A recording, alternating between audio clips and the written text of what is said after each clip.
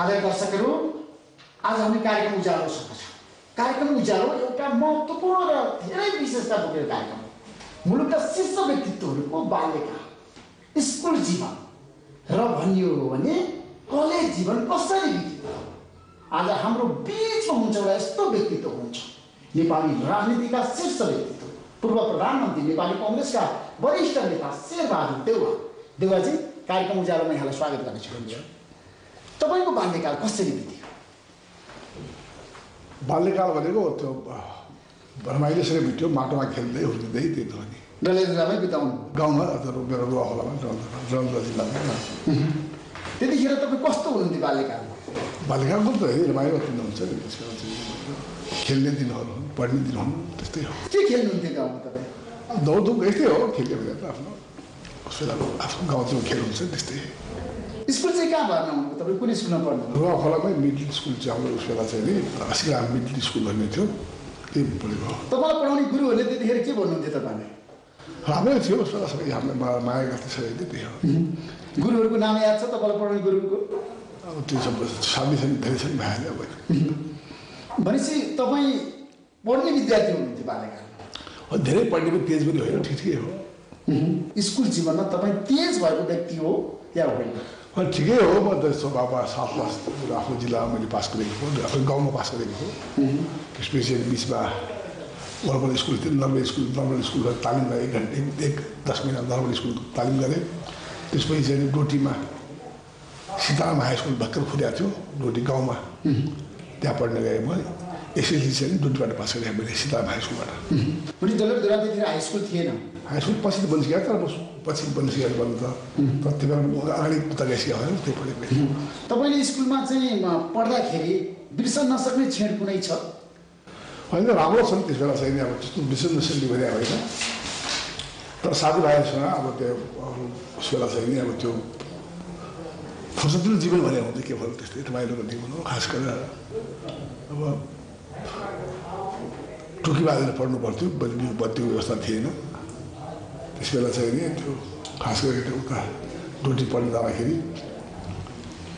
अब राति पढ्दाखेरि त्यो दिउँसो क्लासमा जति सम्झ्यो त्यही हो बढी खास गरेर कति घन्टा पढ्नुहुन्थ्यो तपाईँ क्लासमा चाहिँ म बस्थ्यो पढ्न चाहिँ 1-2 घन्टा बेलुका पढ्थेँ बेलुका राति पनि पढ्नुहुन्थ्यो बत्ती बालेर टुकी बालेर बिहान खास गरेर बिहान बेलुका टुकी बालेर जस्तो गाउँमा त्यतिखेर पढ्नको लागि धेरै असुविधा थियो होइन धेरै के अवस्था हुँदै थियो नि अब त्यो शिक्षाको त्यतिखेर प्रभाव पनि थिएन अब त्यो एसएससी पास गरेर टिचरले त हामीलाई पढाएको भनेपछि एसएससी पढाएको अब आइएससी पास गरेर मान्छेले पढाएको त्यो आइए पास गरेर मान्छेले स्कुलबाट कहिले भाग्नुभयो तपाईँ पढ्न नपरोस् भनेर त्यो भागेको छैन भाग्नु भएन कहिले शिक्षकहरूले तपाईँलाई कुनै दिन शेरबहादुर देउवालाई पढाउँदाखेरि कुनै किसिमको हुन्छ नि तपाईँले शिष्यहरूले माया गर्थ्यो नि कुनै छैन त्यस्तो बाहिर नै गरे हो चिट चोर्नु भएन तपाईँले स्कुल अब चिट चोर्ने उस बेला के भन्दा हामी कहाँ चाहिँ अब त्यस्तो राम्रो उडी थिएन किन किताबहरू पाइन्थे के पाइन्थ्यो सोधिरहेको छैन छोडिरहेको थिएन तर पनि त चिट चोर्ने प्रवृत्ति त अहिले पनि छ नि नेपालमा त त्यस्तो स्कुल पढ्दाखेरि कलेज वास्तवबाट सोध्नु परेन वास्तवमा त्यो डोटी हाई स्कुलमा जहाँ चाहिँ सेन्डल डोटी थियो सिलगढी डोटी त्यहाँ चाहिँ सोध्ने कुरा थियो कडा थियो जस्तो चाहिँ थिएन स्कुल जाँदाखेरि अलिक ढिलो उस बेला कडाइ थियो साथी चोर्ने गाह्रो थियो उस बेला समयमा नपुगेको दिन कुनै छ स्कुल जाँदाखेरि तपाईँ ढिलो पुगेको अथवा शिक्षकहरूले तपाईँलाई चाहिँ ढिलो आयो भनेर 2 पल्ट त भएको छ त्यस्तो 2-4 पल्ट भएको भएन अनुशासनको कारवाही गरेको केही छ त्यतिखेर त काम समातेर विद्यार्थीहरूलाई पनि शिक्षकहरूले गराउँथे नि त त्यो प्रचलन थियो नि हामी स्कुल पढ्दाखेरि पनि सम्झना छैन भयो होला पनि केही त्यस्तो त्यो चाहिँ तपाईँलाई याद छैन एसएलसी चाहिँ तपाईँले दिनुभयो 2022 सालमा दिनुभयो 2020 साल 10 क्लासबाट त्यस्तै हो 2020 सालमा एसएलसी दिनुभयो अनि एसएलसी दिइसकेपछि तपाईँको क्याम्पस कहाँबाट सुरु काठमाडौँ कलेजमा पढ्न आएँ म काठमाडौँ चाहिँ आइएससी विद्यार्थी हो फर्स्ट चाहिँ म त्यस बेला थुत्बिहाल्ने विद्यार्थी आन्दोलनमा त्यसपछि मैले आइएससी छोडेर आइए पास गरेर गएको पहिलोपल्ट काठमाडौँ आउनुभयो त्यतिखेर एसएलसी दिएर पहिलोपल्ट कसरी आउनुभयो काठमाडौँ पहिलोपल्ट कसरी भन्यो त्यो उयो काठमाडौँ अब उस बेला चाहिँ अब इन्डिया जानु पर्थ्यो कि काठमाडौँ जानु पर्थ्यो आउनु पर्थ्यो अब कहीँ थिएन काठमाडौँ आयो मैले एसएलसीमा तपाईँको कुन चाहिँ पोजिसन आयो first second second third division तपाईँको त्यहाँ समस्या के थियो त्यहाँ किताब पाइन्थ्यो न टिचरले थिए त्यस्तो थियो। तपाईँलाई कुन चाहिँ विषय मन पर्थ्यो? हिसाब, साइन्स, त्यतिखेरको नेपाली? मलाई चाहिँ नि अब हिसाब पनि अब ठिकै लाग्थ्यो, मलाई ठिकै सबै विषय त्यस्तै हो। सबै विषयमा तपाईँ भित्री रूपमा सुरुवात थियो गाह्रो पनि अलिकति पढ्नुहुन्थ्यो?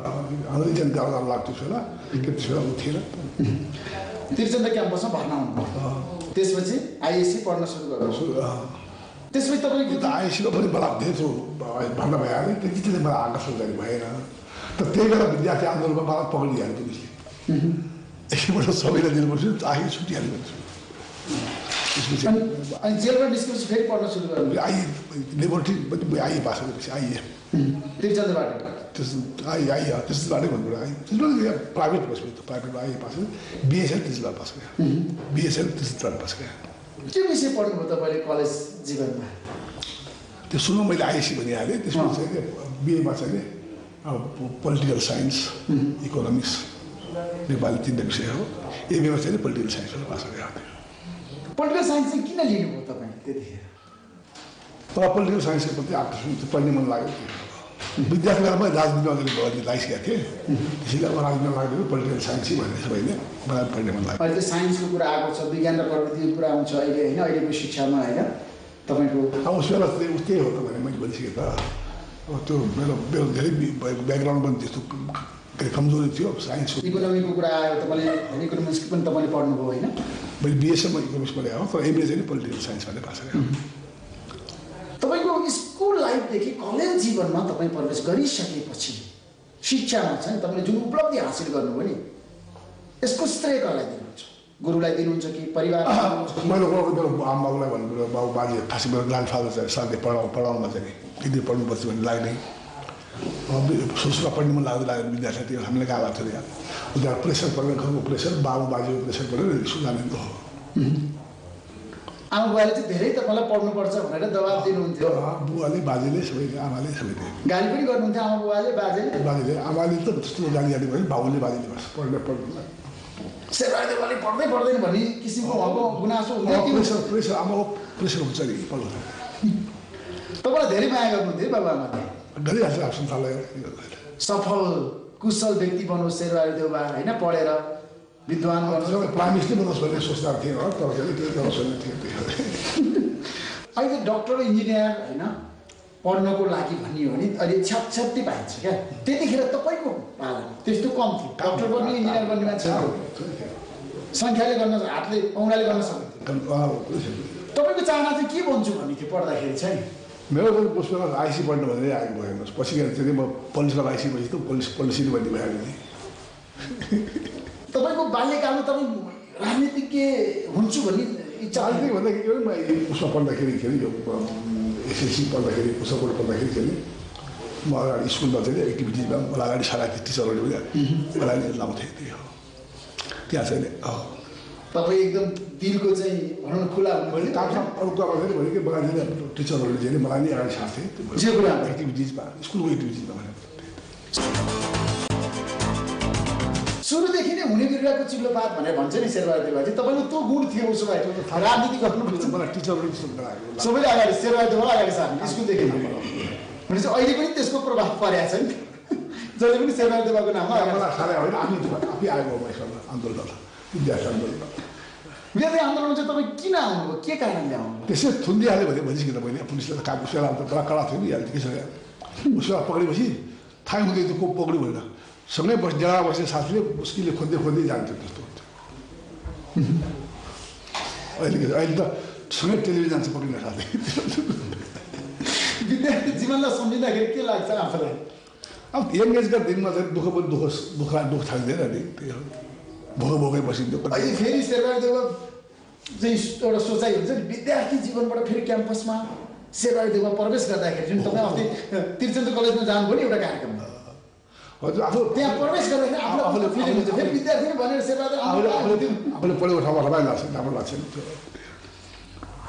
अब चाहिँ मान्छेले छ नि युवा पुस्ताले स्कुलदेखि क्याम्पससम्मका विद्यार्थीहरूले पढ्नको लागि के गर्नुपर्छ? तपाईँ के भन्नुहुन्छ अहिलेका पुस्ताहरूलाई? अब यहाँ 3-4 कुरा छ। एउटा कुरा त के छ भनेदेखि चाहिँ राज्यले कस्तो शिक्षा प्रणाली सुरु गर्ने त्यो सोच्ने हो। त्यसमा चाहिँ खास गरी शिक्षाविदहरूको सल्लाहअनुसार जाने हो। दोस्रो कुरा विद्यार्थीको रुचि महत्त्वपूर्ण कुरा हो। सङ्ख्या चाहिँ धेरै हो, गाउँमा स्कुल छ, कलेज छ, होइन, जताततै तपाईँको शिक्षाको एउटा कामती नै भएको छ, होइन। तर गुणात्मक किसिमले चाहिँ त्यही त शिक्षाको बहस आवश्यक छ। शिक्षा ठिक छ, नोकरी नपाए भने आखिर शिक्षित भएर जानु भयो नि। यसमा देशमा शिक्षित अर्धशिक्षित बेरोजगारी बढे तापनि नेपालमा शिक्षा त बढेको छ नि। तपाईँ देशको प्रधानमन्त्री पनि हुनुभयो धेरै पटक, होइन।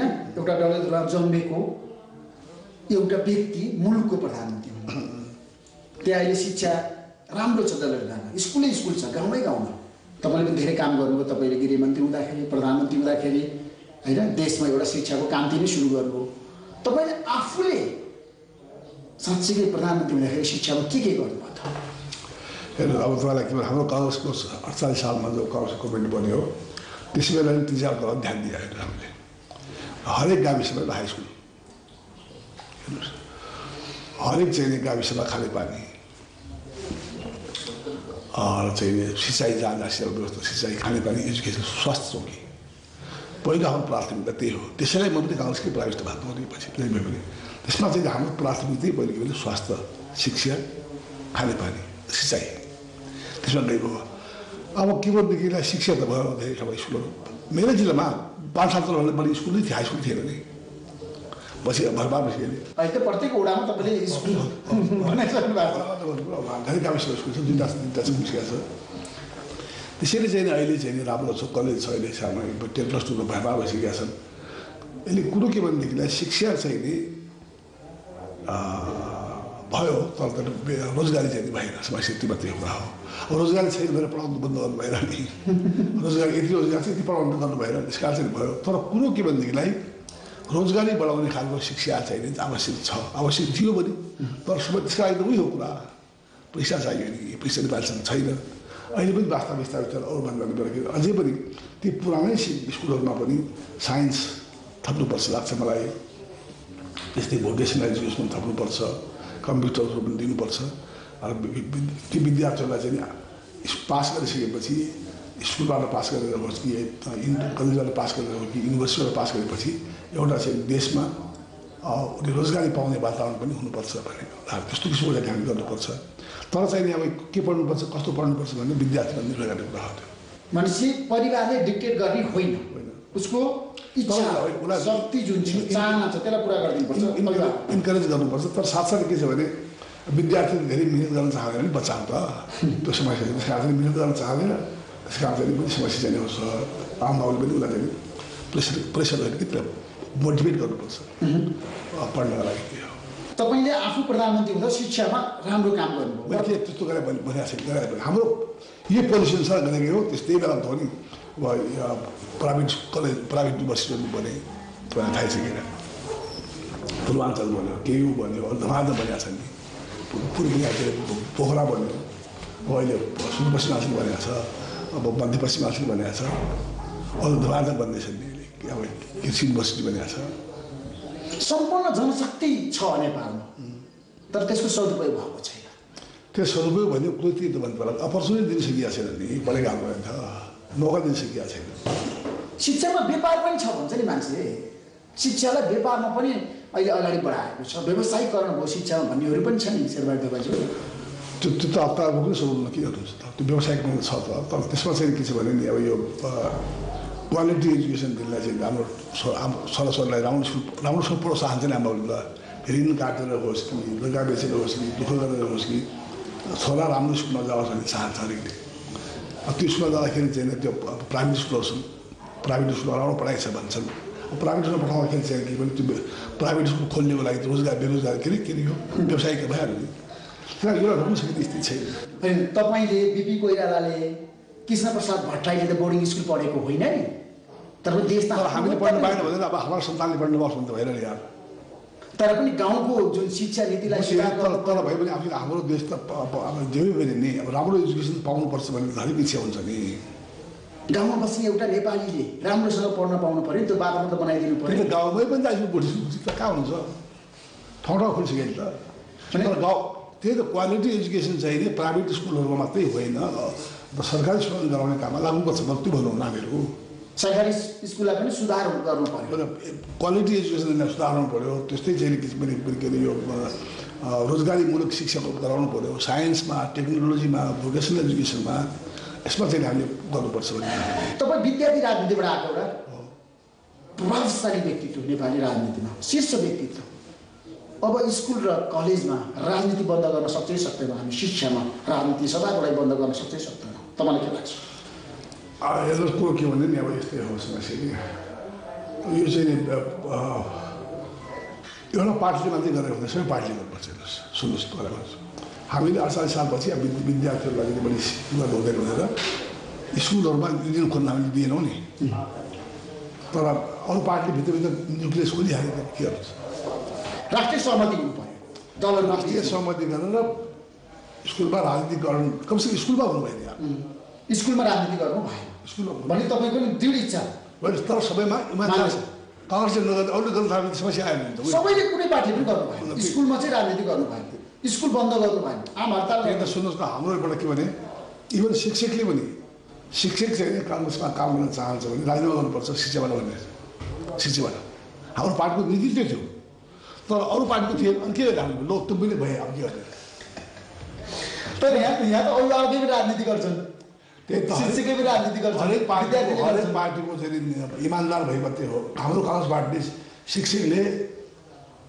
राजनीति गर्यो भने शिक्षक पद छोड्नुपर्छ भने सक्रिय सदस्यता पनि हामीले दिएनौँ हेर्नुहोस् पार्टीको सक्रिय सदस्यता पनि हामीले नदिएको पार्टी हो तर अरू पार्टीले त फलो गरेर के गर्यो अहिले हामीले पनि दिन थाल्यौँ भने नेपालको शिक्षा नीति राम्रो छ सुधार्नु पर्छ राम्रो छ भनेको छैन है मैले राम्रो गर्नुपर्छ भने हामीले शिक्षा नीतिलाई रिफर्म गर्नुपर्छ चेन्ज गर्नुपर्छ के यो चाहिँ रोजगारीमूलक हुनु पऱ्यो 1 क्वालिटी हुनु पऱ्यो 2 अब यसको लागि मैले साइन्स टेक्निकल एजुकेसनदेखि लिएर अनेक कुराहरू चाहिँ अहिले नयाँ नयाँ आएका छन् भोकेसनल एजुकेसनहरू तपाईँलाई कलेजमा चाहने मान्छेहरू धेरै धेरै नि तपाईँको लभ एउटा कुरो अब एउटा जनताको चासोको विषय पनि हो तपाईँ एउटा शीर्ष व्यक्तित्व प्रधानमन्त्री भइसकेका नेता नेपाली राजनीतिमा साँच्चै नेपाली जनताले अत्यन्त माया गर्ने नेता पनि हो तपाईँ चुनाव जितेको हुनुहुन्छ 2048 सालदेखि अहिलेसम्म चुनाव हार्नु भएको छैन तपाईँलाई धेरै नेताले मन पनि पराउँछ जनताले पनि मन पराउँछ तपाईँले प्रेम गर्नुभयो स्कुलमा कलेजमा कहाँ थाहा थिएन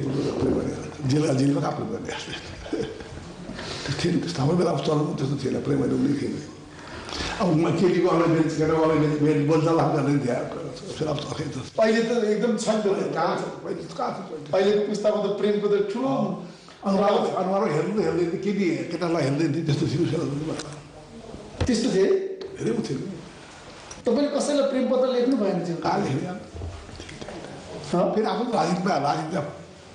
राजनीतिमा इन्भल्भ भएपछि त त्यसो कुरामा ध्यान दिएन तपाईँलाई चाहने त थुप्रै थियो नि त तपाईँ स्मार्ट हुनुहुन्थ्यो अरे स्कुल कलेजमा थाहा छैन मलाई कसले चाहन्छ भने थाहा छैन थाहा थिएन शेरबहादुर देउवालाई मनमा राख्नेहरू धेरै थिए अरे त्यतिखेर मलाई थाहा भएन यहाँ कसलाई थाहा भयो तपाईँले कसैलाई लेटर लेख्नु भएन जीवनमा तपाईँलाई पनि कसैले युवतीले मन पराएन छैन त्यस्तो प्रेम के हो त तपाईँको प्रेम भनेको कुरालाई के भन्ने प्रेम भनेर थाहा छैन मलाई प्रेम भने चाहिँ जाडो कुरा छैन प्रेम भनेको कुरा चाहिँ एउटा ट्याक्सन लाग्ने प्रेम भन्ने चलन छैन त्यो चाहिँ छेनीको लाग्छ मलाई अब प्रेम भनेको चाहिँ मन मिल्ने कुरा सबै कुरा मिल्ने कुरा प्रेम भन्ने हुन्छ तर प्रेम भन्ने कुरा चाहिँ पनि अब यो चाहिँ यो आज प्रेम गरेर भोलि भोलि डिभोर्स भएको छ या प्रेम बिहा भएको छ मान्छेलाई के भन्ने विवाह गर्नु 2048 सालपछि गृहमन्त्री भइसकेपछि होइन आजु देउवालाई तपाईँले कसरी मन पराउनु भयो अब पार्टीमा भेट गर्दाखेरि मैले अब चाहिँ पढ्ने छैन अब ठिकै छ भन्ने लाग्यो मलाई कुन चाहिँ कुराले प्रभाव पार्यो आजु देउवाको तपाईँलाई प्रभाव के मेरो आमाबाबु पनि बिहा गरेर भने सबै प्रेसर थियो अरू कुरा मलाई झन् मनै परेको थियो उहाँको खास गरेर अब त्यो पढ्नेदेखि उहाँको सुन्दरता बौद्धिकता सहनशीलता अध्ययनशीलता कुन चाहिँ कुरा तपाईँको लागि सबै कुरा कहाँ थाहा पाउने सबै कुरा ठिकै छ भन्नु त्यो तपाईँले अलिकति समय गइसकेपछि बिहा गर्नुभयो होइन के भन्नुहुन्छ अहिलेको पुस्ताले कति समय बिहा गर्नुपर्छ समय हुँदै बिहा गर्नुपर्छ बिहा भन्ने कुरा हेर्नुहोस् आफूले चाहेर भन्ने कुरा हेर्नुहोस् अब त्यो चाहिँ अब आफ्नो खुट्टामा बिहेर हुनुपर्छ बिहा गरेर हुन्छ बिहा चाहिँ आफ्नो कुरा प्राइभेट कुरा हो यार इन्डिभिजुअल कुरा हो यो गर उगर भन्ने काम हुन्छ जो मन लाग्यो बिहा गरेर हुन्छ तर मन परेको आफ्नो आदि देवासँग तपाईँ निकै खुसी हुनुहुन्छ अहिलेसम्म ठिकै छ उहाँको ठुलो सहयोग पाउनु भएको छ है राजनीतिमा ठिकै छ आफ्नो प्रेसर छैन उयो छैन खुसी जीवन छ शेरबहादुर खुसी जीवन राम्रो ठिकै छ सुखी जीवन होइन भनेपछि अहिलेको स्थितिमा अब जाँदा जाँदै हामी बिट मार्दैछौँ कार्यक्रम उज्यालो यो देशको भविष्य पनि हामी उज्यालो चाहन्छौँ होइन शिक्षाको ज्योति गाउँ गाउँमा पुगोस् सबैले पढ्न पाओस् लेख्न पाओस् र सम्पन्न जनशक्ति उत्पादन होस् भन्ने हामी सबैको चाहना छ त्यसैले उज्यालो कार्यक्रम हामीले शीर्ष व्यक्तित्वहरूको विद्यार्थी जीवन कस्तो रह्यो